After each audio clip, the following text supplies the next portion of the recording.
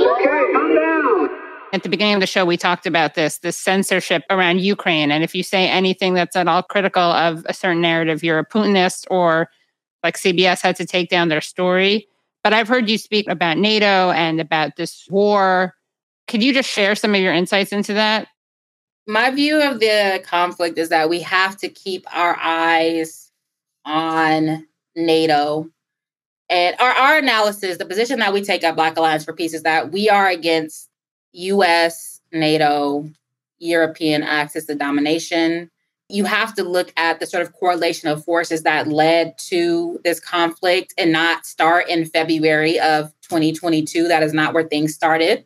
We've put out several positions on Ukraine, but I think that so many so-called leftists are basically just putting out, the State Department line on this conflict. And I think that, we are against war, which means that, we are against warmongering.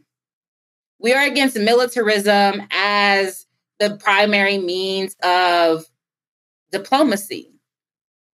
We're against sanctions.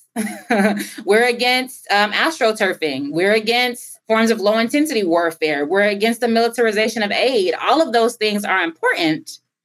And all of those things need to be taken into account in terms of understanding this conflict. You have to read beyond the mainstream media.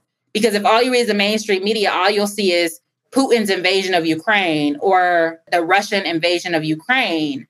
And that, or Putin's tax hike or Putin's inflation.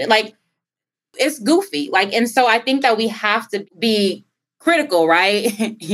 Not critical race theorists, but we have to be critical, in our analysis. And yeah, so that's what I'll say. Look at on the Black Alliance for Peace website. If you go under resources, we have our Ukraine tab. That's how I feel about the situation.